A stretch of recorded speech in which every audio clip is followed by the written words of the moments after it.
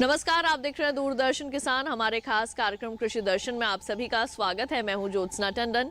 कृषि दर्शन एक ऐसा कार्यक्रम है जिसमें हम आपको कृषि जगत से जुड़ी तमाम जानकारियां देते हैं अपने 3 सेगमेंट्स के जरिए, जो कि है विज्ञान और किसान, कृषि स्टार्टअप और फार्मिंग इंडिया। इन तीनों ही सेगमेंट्स में होती हैं कुछ ऐसी खास जानकारियां जो कि आपके लिए काफी लाभकारी साबित हो सकती हैं। तो आइए अपने आज के कृषि दर्शन कार्यक्रम की शुरुआत करते हैं।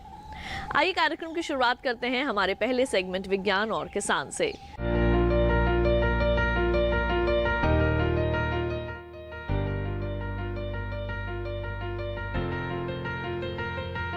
शाकीय फसलों में गुणवत्तापूर्ण रोपण सामग्री की हमेशा से ही कमी रही है। आलू सबसे ज्यादा शाकीय प्रवर्धित फसल है और इसमें बड़ी संख्या में बीज जनित रोग उत्पन्न हो जाते हैं। जाहिर है इससे उपज में कमी आएगी, इसलिए ये जरूरी है कि आलू की टिकाऊ और किफायती पैदावार के लिए अच्छी गुणवत्ता वाले स्वस्थ बीज बोएं। आलू के गुणवत्तापूर्ण बीज तैयार करने के लिए पिछले 5 दशकों से भारत में बीज प्लॉट तकनीक का इस्तेमाल हो रहा है। ये बीज उत्पादन की पारंपरिक तकनीक है और कामयाब भी रही है। इसमें प्रजनक बीज उत्पादन के लिए 4 चक्रों में वायरस मुक्त और सभी प्रमुख वायरसों के लिए कंदीय सूचीकरण किया जाता है। शिमला स्थित केंद्रीय आलू अनुसंधान संस्थान राज्य सरकारों से जुड़े संगठनों को प्रजनक बीज की आपूर्ति कर रहा है। ये संगठन इन बीजों का फिर से गुणनीकरण करते हैं। समस्या ये है कि राज्य सरकारों की प्रजनक बीज गुणनीकरण की वर्तमान स्थिति वांछित बीज गुणनीकरण श्रृंखला के अनुसार नहीं है। केंद्रीय आलू अनुसंधान संस्थान की ओर से दिए गए प्रजनक बीज का गुणनीकरण आमतौर पर आधारीय बीज 1 यानी FS1 अवस्था तक ही सीमित है। ऐसे में गुणवत्ता युक्त बीज की भारी मांग को पूरा करने का एक ही तरीका है और वो है प्रगत वायरस खोज तकनीकों के साथ जुड़कर हाईटेक बीज उत्पादन प्रणाली को शामिल करना। इस बात को ध्यान में रखते हुए केंद्रीय आलू अनुसंधान संस्थान ने ऊतक संवर्धन और सूक्ष्म प्रवर्धन प्रौद्योगिकियों पर आधारित कई हाईटेक बीज उत्पादन प्रणालियों का माननीकरण किया है। बीज उत्पादन की इन प्रणालियों को अपनाने से प्रजनक बीज की गुणवत्ता में सुधार आएगा और बीज गुणनीकरण दर बढ़ेगी ही बढ़ेगी। इस प्रौद्योगिकी को किसानों और दूसरे हितधारकों तक पहुंचाने से पहले केंद्रीय आलू अनुसंधान संस्थान के बीज उत्पादन फार्म पर इनका प्रशिक्षण किया गया। हाईटेक बीज उत्पादन प्रणालियों को अपनाने से देश भर में 20 से भी ज्यादा ऊतक संवर्धन उत्पादन इकाइयों की स्थापना का रास्ता खुला है। नई हाईटेक बीज उत्पादन प्रणाली मृदा रहित एरोपोनिक तकनीक पर आधारित है। आलू के गुणवत्तापूर्ण बीज उत्पादन करने की दिशा में इसे एक क्रांतिकारी शुरुआत माना जा रहा है और ये क्रांति बीज प्लॉट तकनीक की शुरुआत के करीब 50 साल बाद हुई। इस समय एरोपोनिक प्रणाली का व्यवसायीकरण उत्तर प्रदेश, पश्चिम बंगाल, पंजाब और हरियाणा जैसे राज्यों की 14 फर्मों में हो रहा है। हर फर्म के पास इस प्रणाली के जरिए 10 लाख छोटे कंद उत्पन्न करने का लाइसेंस है, लेकिन अभी ये फर्म अपनी पूरी क्षमता से काम नहीं कर रही और साल भर में करीब 65 लाख कंद ही तैयार किए जा रहे हैं। केंद्रीय आलू अनुसंधान संस्थान आलू की 25 लोकप्रिय किस्मों के बीजों का उत्पादन कर रहा है। इनमें से 70% का उत्पादन पारंपरिक प्रणाली से और 30% का हाईटेक प्रणाली से किया जा रहा है। प्रजनक बीज का उत्पादन बढ़ाने के लिए राज्य कृषि विश्वविद्यालयों, कृषि विज्ञान केंद्रों और निजी किसानों की मदद से बीज उत्पादन के नए क्षेत्रों की पहचान की जा रही है। तो अभी आपने देखा सेगमेंट विज्ञान और किसान। आइए कार्यक्रम कृषि दर्शन में बढ़ते हैं आगे। एक नजर डाल लेते हैं कृषि कैलेंडर पर और जानते हैं कि वर्तमान समय में आपने अपने खेतों में कौन कौन से कृषि कार्य करने हैं। दिसंबर माह में किसान पालक की बुवाई कर सकते हैं। इसके पौधे सर्दी के मौसम में अच्छे से विकास करते हैं। पालक की खेती के लिए भूमि का pH मान 6 से 7 के बीच होना चाहिए। पालक की खेती के लिए खेत का साफ और मिट्टी का भुरभुरा होना जरूरी है। पालक के पौधे बीज रोपाई के लगभग 30 से 40 दिन के अंतराल में कटाई के लिए तैयार हो जाते हैं। जब इसकी पत्तियों का आकार अच्छा दिखाई देने लगे तब इसे काट लेना चाहिए। कार्यक्रम कृषि दर्शन में वक्त हो चला है एक छोटे से ब्रेक का। जल्द लौटेंगे वापस अपने अगले सेगमेंट के साथ। आप देखते रहिए दूरदर्शन किसान।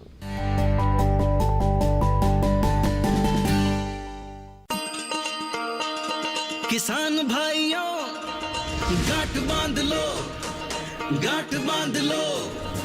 बात बहुत है काम की, समृद्धि के पैगाम की। मिट्टी के मिजाज को समझो, मिट्टी के हर राज को समझो, मिट्टी की तुम जांच कराओ, मुफ्त सॉइल हेल्थ कार्ड ले जाओ। कभी मुनासिब बीज लगाओ, सही किस्म की खाद ले आओ, जितनी जरूरी उतनी डालो, सही मात्रा खुद पहचानो, इसको अपना मंत्र बना लो, मिट्टी की सेहत तो जानो। बात बहुत है काम की, कम लागत अधिक वरदान की, किसान भाइयों गांठ बांध लो। आज ही मिट्टी की जांच कराएं। राज्य सरकार के कृषि अधिकारी से संपर्क करें और मुफ्त में सॉइल हेल्थ कार्ड पाएं। कृषि और किसान कल्याण मंत्रालय द्वारा किसान हित में जारी। ब्रेक के बाद एक बार फिर आप सभी का स्वागत है कार्यक्रम कृषि दर्शन में। आइए कार्यक्रम में बढ़ते हैं आगे और अब देखते हैं सेगमेंट कृषि स्टार्टअप। किसान भाइयों बहनों, अपने आज के इस सेगमेंट में हम आपकी मुलाकात करवाएंगे एक ऐसे सफल किसान से जो कि एक समय में दिल्ली पुलिस में कांस्टेबल रह चुके हैं, लेकिन वीआरएस लेने के बाद उन्होंने खेती करने का निर्णय लिया। तो क्या है उनकी सफलता की ये कहानी और किस तरह से वे बने एक सफल किसान, आइए जानते हैं उन्हीं की मुंह जुबानी। प्रकृति की सुंदरता और मिट्टी की सौंधी खुशबू लोगों को अक्सर अपनी ओर आकर्षित कर लेती है। ग्रामीण लोगों में ये प्रवृत्ति ज्यादा पाई जाती है। शहर में लंबा समय बिताने के बाद भी बहुत से लोग गांव लौट आते हैं। आदर्श शौकीन भी दिल्ली पुलिस में लंबे समय तक नौकरी करने के बाद फिर से ग्रामीण जीवन में रम गए। दिल्ली के ही बड़ूसराय में उन्होंने 1 एकड़ जमीन खरीदी और उसी पर खेती करने लगे। उनका दावा है कि उन्होंने अपने खेतों में कभी भी रासायनिक खाद का इस्तेमाल नहीं किया है।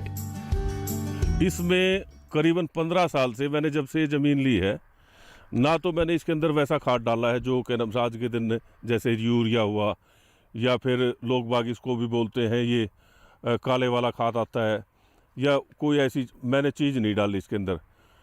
फिर मैं इसको फ्री में देता था, पहले कोई पैसा चार्ज नहीं करता था, अभी गरीब आदमी ये बोलेंगे।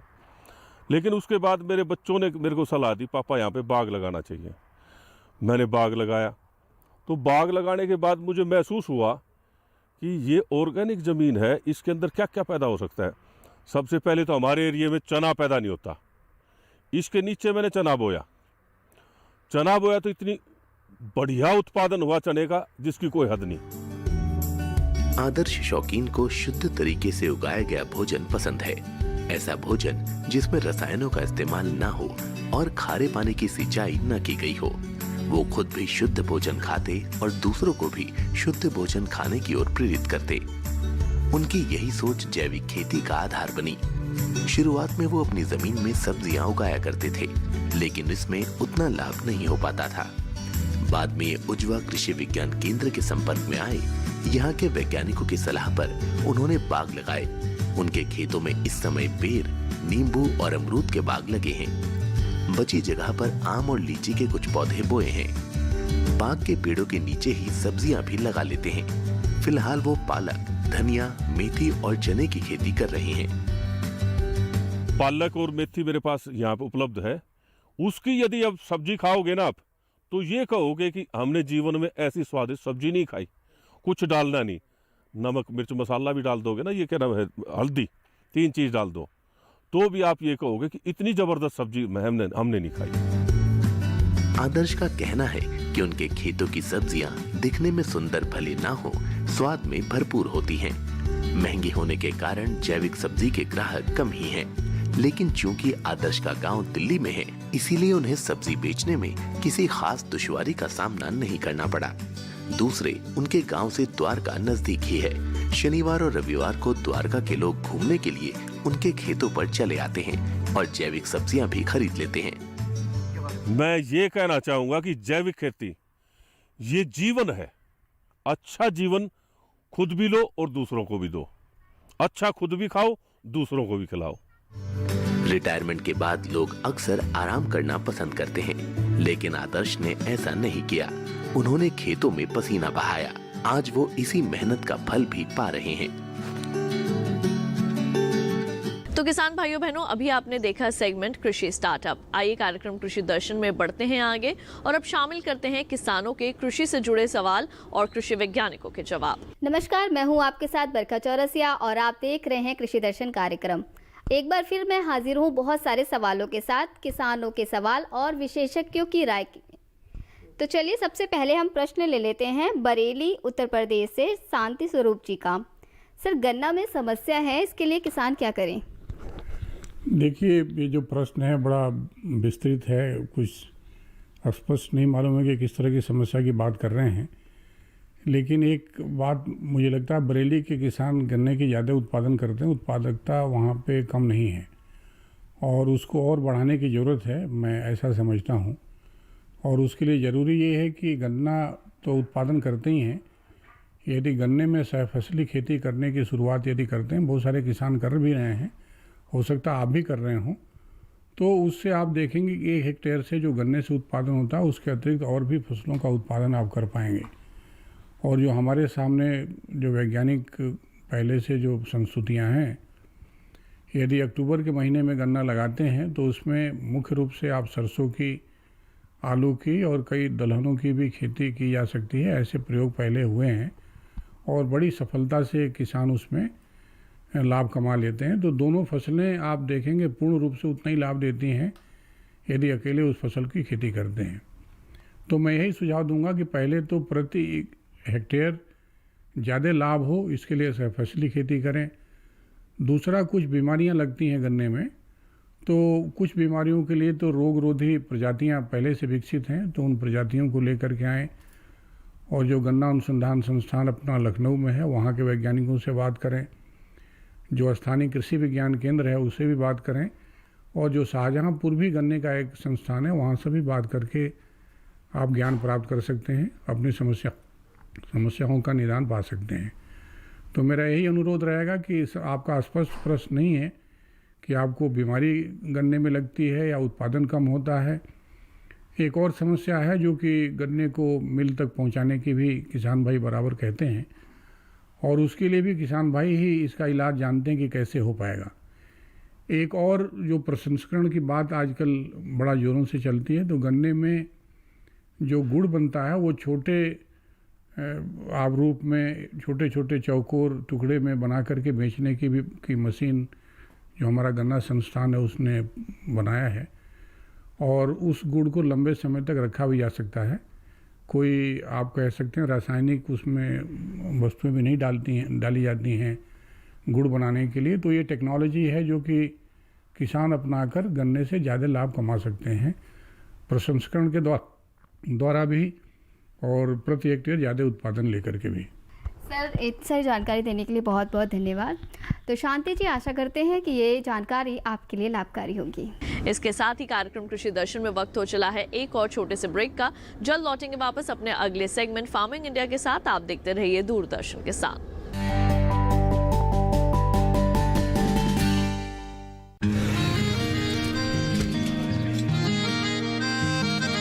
क्या बात है भाई, आजकल तो काफी खुश नजर आ रहे हो। क्यों ना हो, अब मैं ऑर्गेनिक खेती जो कर रहा हूँ ये पूरा प्राकृतिक है, ऑर्गेनिक है। इसमें हमारे खेत, हमारी फसल और हमारी जेब सब फायदे में होते हैं और इसमें लागत भी कम है। जी हाँ, आप भी ऑर्गेनिक खाद का प्रयोग करें, अपनी फसल और मिट्टी को तंदुरुस्त बनाएं और आपकी आमदनी में इजाफा करें। अधिक जानकारी के लिए किसान call centre toll free number 1800-180-1551 पर कॉल करें और लॉग ऑन करें kisan.gov.in और farmer.gov.in। कृषि और किसान कल्याण मंत्रालय द्वारा किसान हित में जारी।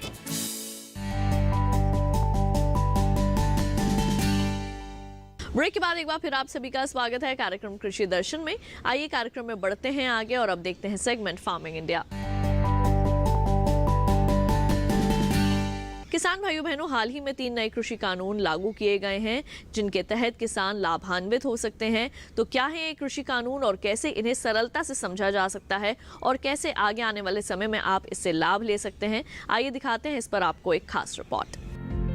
किसान संगठनों के साथ 5वें दौर की बैठक भी सकारात्मक रही। अगली बैठक 9 दिसंबर को किसानों की शंकाओं का समाधान करेगी। किसान सुझाव देने का आग्रह मंत्रियों ने संगठनों से की आंदोलन समाप्त करने की अपील। कृषि और किसान कल्याण मंत्री श्री नरेंद्र सिंह तोमर, वाणिज्य एवं उद्योग मंत्री श्री पीयूष गोयल तथा राज्य मंत्री श्री सोम प्रकाश के साथ किसान संगठनों के प्रतिनिधियों की 5वें दौर की बैठक नई दिल्ली में शनिवार को हुई। ये बैठक भी काफी अच्छे माहौल में हुई, जिसमें सकारात्मक चर्चा की गई। चर्चा अभी जारी है, इसलिए 9 दिसंबर को पुनः बैठक रखी गई है। सरकार की ओर से कहा गया है कि किसानों की सभी शंकाओं का समाधान किया जाएगा। इसके लिए संगठनों से आग्रह किया गया है कि उनके जो भी बिंदु या सुझाव हैं, वे 1-2 दिन में दे दें। मंत्रियों ने उनसे आंदोलन खत्म करने व बुजुर्ग बच्चों को तुरंत घर भेजने की अपील की है, ताकि सर्दी व कोविड के चलते उन्हें परेशानी न हो। केंद्रीय मंत्री श्री तोमर ने कहा कि एमएसपी जारी रहेगी, इस पर कोई खतरा नहीं है, इसलिए किसी प्रकार की शंका करना बेबुनियाद है। फिर भी किसी के मन में कोई शंका है तो सरकार समाधान करने को पूरी तरह तैयार है। एमएसपी राज्य का विषय है। केंद्र सरकार राज्यों की मंडियों को किसी भी प्रकार से प्रभावित नहीं करेगी। एमएसपी के बारे में भी कोई गलतफहमी हो तो उसका समाधान करने को केंद्र सरकार पूरी तरह तत्पर है। अन्य विषयों पर भी बैठक में चर्चा हुई व अगली बैठक में भी बात होगी। श्री तोमर ने कहा कि किसान संगठनों द्वारा बताए जाने वाले सभी पहलुओं पर विचार होगा। प्रधानमंत्री श्री नरेंद्र मोदी जी की सरकार किसानों के हितों के लिए पूरी तरह प्रतिबद्ध थी, है और रहेगी। श्री तोमर ने सभी किसान संगठनों को हृदय से धन्यवाद दिया और उन्होंने अनुशासन के साथ आंदोलन किया व पुनः आग्रह किया कि वे आंदोलन का रास्ता छोड़ें। चर्चा से ही सकारात्मक हल निकलेगा।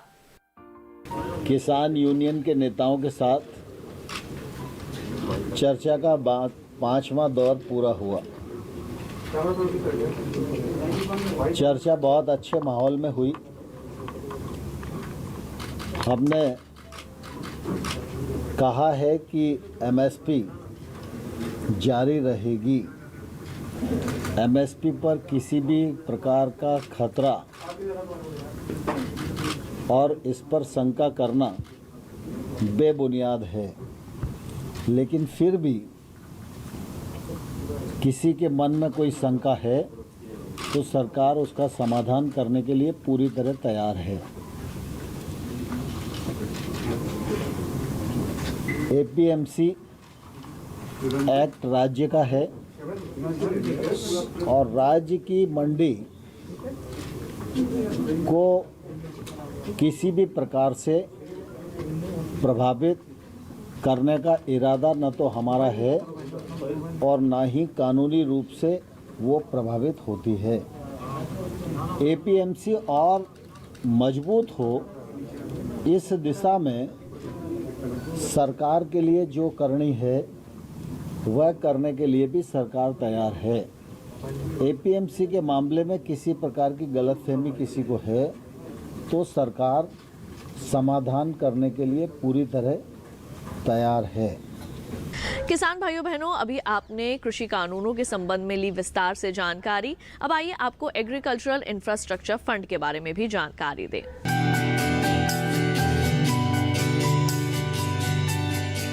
कृषि क्षेत्र के लिए अवसंरचना यानी बुनियादी ढांचा बहुत ही महत्वपूर्ण है। आंकड़े बताते हैं 15 से 20% उपज खरीदार तक पहुंचने से पहले ही बर्बाद हो जाती है। बर्बादी के बड़े कारणों में भंडारण की सही व्यवस्था का अभाव और प्रसंस्करण इकाइयों की कमी है। कृषि अवसंरचना जितनी मजबूत होगी, बर्बादी उतनी ही कम होगी। 1 लाख करोड़ की धनराशि ग्रामीण क्षेत्रों में भंडार गृहों, शीत गृहों, पैक हाउस के निर्माण और उनके विकास के अलावा बाजार व्यवस्था को दुरुस्त करने पर खर्च होगी। इसके साथ साथ प्रसंस्करण इकाइयां, निजी उद्यम, किसान उत्पादक संगठन और प्राथमिक कृषि ऋण समितियां, विपणन सहकारी समितियां भी इसका लाभ ले सकती हैं। साथ ही संयुक्त देयता समूह, बहुउद्देशीय सहकारी समितियां, कृषि उद्यमी, स्टार्टअप और संग्रहित अवसंरचना प्रदाता भी इसके हकदार होंगे। केंद्रीय एजेंसियां, राज्य एजेंसियां या स्थानीय निकायों की ओर से प्रायोजित सार्वजनिक निजी भागीदारी परियोजनाएं भी इस योजना का हिस्सा बन सकती हैं। कृषि अवसंरचना कोष असल में मध्यम या लंबी अवधि के ऋण की सुविधा प्रदान करता है।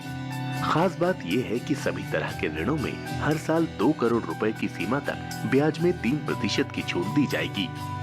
ये छूट अधिकतम 7 साल के लिए होगी। इसके अलावा 2 करोड़ रुपए तक के ऋण के लिए क्रेडिट गारंटी कवरेज भी उपलब्ध होगा। पुनर्भुगतान के लिए ऋण स्थगन कम से कम 6 महीने और ज्यादा से ज्यादा 2 साल के लिए हो सकता है। विशेषज्ञों का कहना है कि खेती और कृषि प्रसंस्करण आधारित गतिविधियों के लिए औपचारिक ऋण सुविधा ग्रामीण इलाकों में रोजगार के कई अवसर उत्पन्न करेगी। अब आइए एक नजर डाल लेते हैं देश भर की मंडियों के हाल पर। गुजरात की जंबूसर मंडी में मक्का का भाव रहा 1500 रुपए से 1700 रुपए प्रति क्विंटल। राजस्थान की विजयनगर मंडी में इसके सौदे 1225 रुपए से 1650 रुपए प्रति क्विंटल पर हुए। उत्तर प्रदेश की आगरा मंडी में मक्का का भाव रहा 1540 रुपए से 1600 रुपए प्रति क्विंटल। उत्तर प्रदेश की ही अलीगंज मंडी में मक्का के सौदे 1400 रुपए से 1700 रुपए प्रति क्विंटल पर हुए। और अब चलते चलते एक नजर डाल लेते हैं ट्विटर प्लेट पर।